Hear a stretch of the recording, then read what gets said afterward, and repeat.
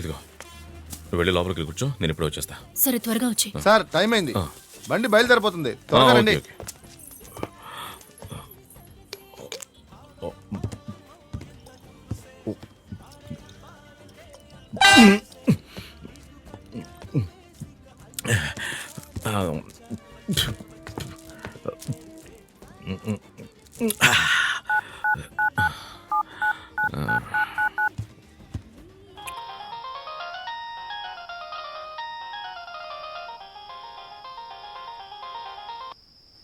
Hello hello, నేనే హరిని మాట్లాడుతున్నాను. రే హరే, ఈ టైంలో ఎందుకు ఫోన్ చేసావురా? ఎందుకంటే నేను మీతో ముఖ్యమైన విషయం చెప్పాలి. త్వరగా చెప్పరా. యజమాని, ఇన్ని రోజులుగా మన షాపులో మెడిసిన్స్ అవి కనిపించకుండా పోతున్నాయి కదా, అలాగే మీరు లెక్కల్లో కూడా తక్కువ వచ్చాయని చెప్పారు కదా. అవునరా, ఆ అయోమయం నాకు చాలా రోజులు మించి ఉంది. అవును, ఈ టైంలో ఆ విషయం ఎందుకు చెబుతున్నావురా? చెప్పు. అదేం లేదు యజమాని, ఇన్ని రోజులుగా నేను గిరన్నా కలిసి మన మెడికల్ షాప్ లో దొంగతనం చేశాం. రే, దేనికి పనికిరాని దొంగ సన్నాసులారా. రే హరి, రే నోర్మిరా, నేను గనక తిట్టడం మొదలెట్టాననుకో ఒక వారం పాటు నిద్రాహారాలు మానేస్తావు. ఇంకో విషయం, అది మాత్రమే కాదు, నువ్వు నీ కుటుంబంతో కలిసి మంగళగిరి వెళ్ళావు గుర్తుందా? అప్పుడు మేమిద్దరం మీ ఇంటికి వచ్చి కటింగ్ చేసాం తెలుసా?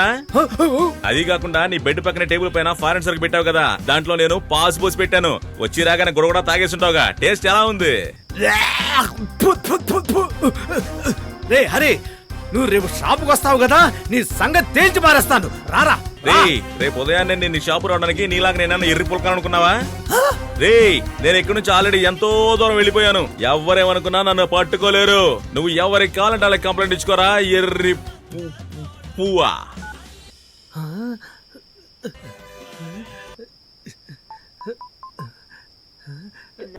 అయ్యగారు, నేను ఇప్పుడే డాక్టర్ ఇంటికి వచ్చాను. డాక్టర్ ఇప్పుడే వచ్చాడు. రే గిరి, పిచ్చి అయ్యగారు, అర్ధరాత్రి పూట ఏ డాక్టర్ ఉంటాడ్రా? అబద్ధం చెప్పడానికి కూడా ఒక హద్దు పద్దు ఉండొద్దా? అయ్యగారు, ఇన్ని సంవత్సరాలు నా షాప్ లో పనిచేసి నేను ఇచ్చే జీతం తీసుకుంటూ నా షాప్ లో ఉన్న మందులని దొంగతనం చేశారు కదూ. అయ్యగారు, మందులు దొంగతనమా? నాకేమీ తెలియదు. రే, నీకు తోడు దొంగైన హరి నాకు ఫోన్లో అన్ని చెప్పేశాడ్రా. నువ్వు ఏ ఏరియాలో ఉన్నా సరే నేను వచ్చి నీ తోలు ఒలిచి ఆరేయలేదో నా పేరు మార్చుకుంటాన్రా. ఎదవా జబ్రాసి దొంగ, ఏం చేస్తారా? ఏం పీకుతావరా? నా జీతం తగ్గొస్తుంటావా? చేసుకో, నువ్వు ఏం కావాలో చేసుకో. ఎదవా జబ్రాసి సన్నాసి మాట చదువు.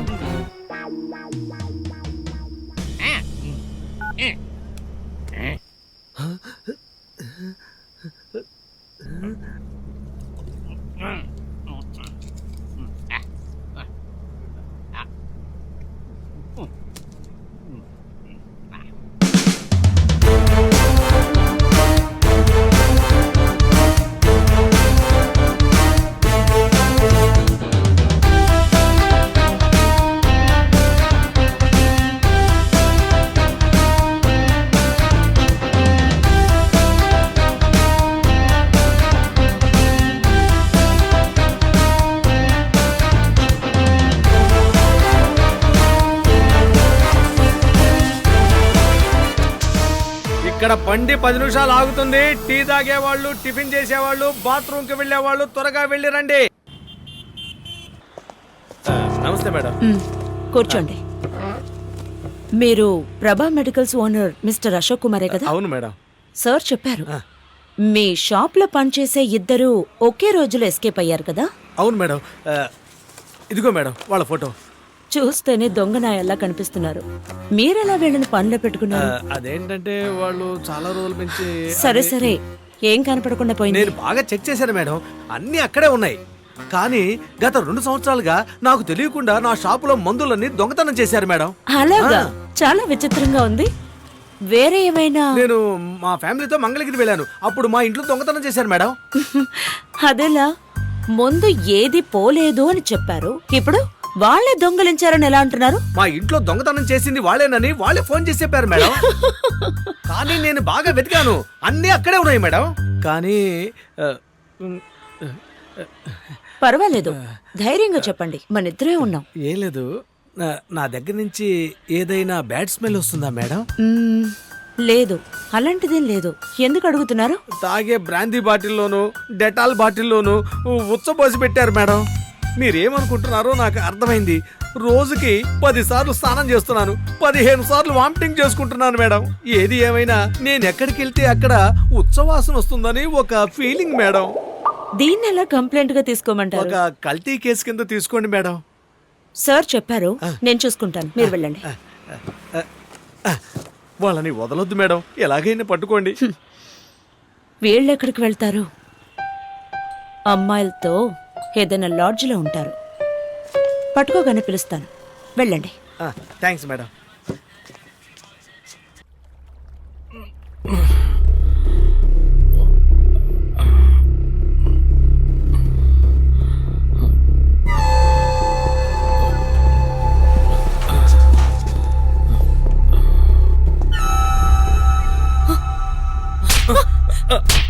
హలో హలో, ఎందుకు ఎందుకు కొడుతున్నారు? ఎందుకు కొడుతున్నారు? హలో హలో హలో, ఎందుకు కొడుతున్నారు? అన్నా, బాస్, సార్, ఎందుకు వీళ్ళు నన్ను కొడుతున్నారు? రేయ్ వాడిని ఇలా తీసుకురండిరా.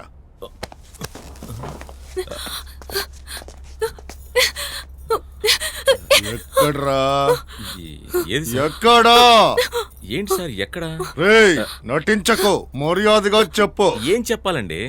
నాకు అసలే ప్రెషర్ ఎక్కువ. సార్, మీకు బీపీ ఉందా? చూడ్డానికి 6 అడుగుల హైట్ ఉన్నారు. ఆర్బిటల్ 40. 3 పూటలు వేసుకోండి. టయానికి భోజనం తింటే మొత్తం రేయ్ నిన్ను ఏసేస్తానురా.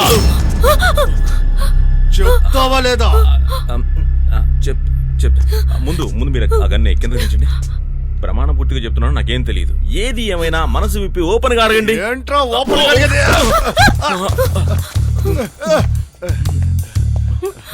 ఎవర్రా అది? ఇది నా లవ్. చేసేదంతా చేసేసి నీకు లవ్ ఒకట. రేయ్ దీన్ని పంపించండి రా. Stop go back go. Surekha, నువ్వు బయలుదేరు.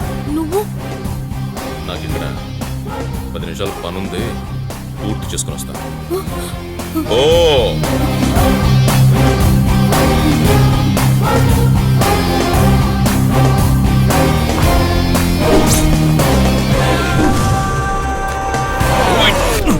నిజం చెప్తున్నాను, మీరేమడుతున్నారో నాకు తెలియదు. దయచేసి నన్ను వదిలేండి ప్లీజ్.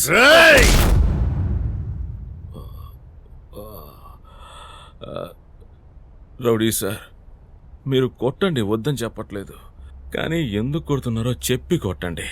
ఒళ్ళంతా ఒకటే నొప్పులు సార్. ఒరే హరి, 2 గంటల సేపు దెబ్బలు తింటానికి నీకు ఇంత కష్టంగా ఉంది? 2 రోజుల నుంచి కొట్టిన చోట కొట్టకుండా నన్ను కొడుతూనే ఉన్నారు. నాకు ఎంత కష్టంగా ఉంటుంది చెప్పరా? ఇక్కడికి నువ్వెలా వచ్చావన్నా? నువ్వెలా వచ్చావో అదే విధంగా నేను వచ్చాను. నిజం చెప్తున్నానన్నా, ఇక్కడికి నేను ఎలా వచ్చానో నాకే తెలియదు. నేను ఎలా వచ్చానో నాకు తెలియదురా. కట్లు చెప్పండి, చెప్పండి సార్. అయ్యో సార్, చెప్పండి సార్. వీళ్ళిద్దరి కళ్ళు పీకేసి మీరు వచ్చేయండి. సార్ నిజం చెప్పేస్తాం సార్. తిరుపతి నుండి పాండిచ్చేరికి 2 బస్ టికెట్లు, 20 బీర్ బాటిల్స్, 5 బిర్యానీ ప్యాకెట్స్, ఆటోలకి, కాండోములకి, రూమ్ రెంట్లకి కలిపి మొత్తం 40,000 రూపాయలు ఖర్చు అయింది. ఇంకా 4,60,000 మాత్రమే ఉన్నాయి. మళ్ళీ నాకు ప్రెషర్ తెప్పించకండి. నిజం చెప్తున్నాను సార్, నా చేతిలో 4,60,000 మాత్రమే ఉన్నాయి. నోర్మై, డబ్బా ఎక్కడ? డబ్బానా? బియ్యపు డబ్బానా? ఇప్పుడు మీరు నిజం చెప్పకపోయారో ఇద్దరి తలలు పుచ్చకాయల్లాగా పేలిపోతాయి. మీకు డబ్బానే కదా కావాల్సింది, బ్యాగ్ వద్దు కదా? మీ బ్యాగ్ తో నాకు పనేంట్రా? అయితే మీకు బ్యాగు అక్కర్లేదు, డబ్బాయే కావాలి. ఈ బ్యాగ్ తో నేను 4 గీసుకోవాలా? సార్, నేను ఆ విషయం చెప్పానంటే మీరు నుంచున్న చోటే షాక్ అయిపోతారు. మీరు అనుకున్న వాళ్ళం మేం కాదు సార్, మీరేదో తెలియకుండా మమ్మల్ని ఎత్తుకొచ్చేసారు. సార్, మీరు అడుగుతున్న డబ్బా మా దగ్గర ఒట్టుగా లేదు. మేము సోపు డబ్బాలు, పౌడర్ డబ్బాలు దొంగతనం చేసేవాళ్ళం. మేము ఇప్పుడు చిన్న లెవెల్లో చేస్తున్న చిన్న దొంగలం. పిలవండి రా వాడిని.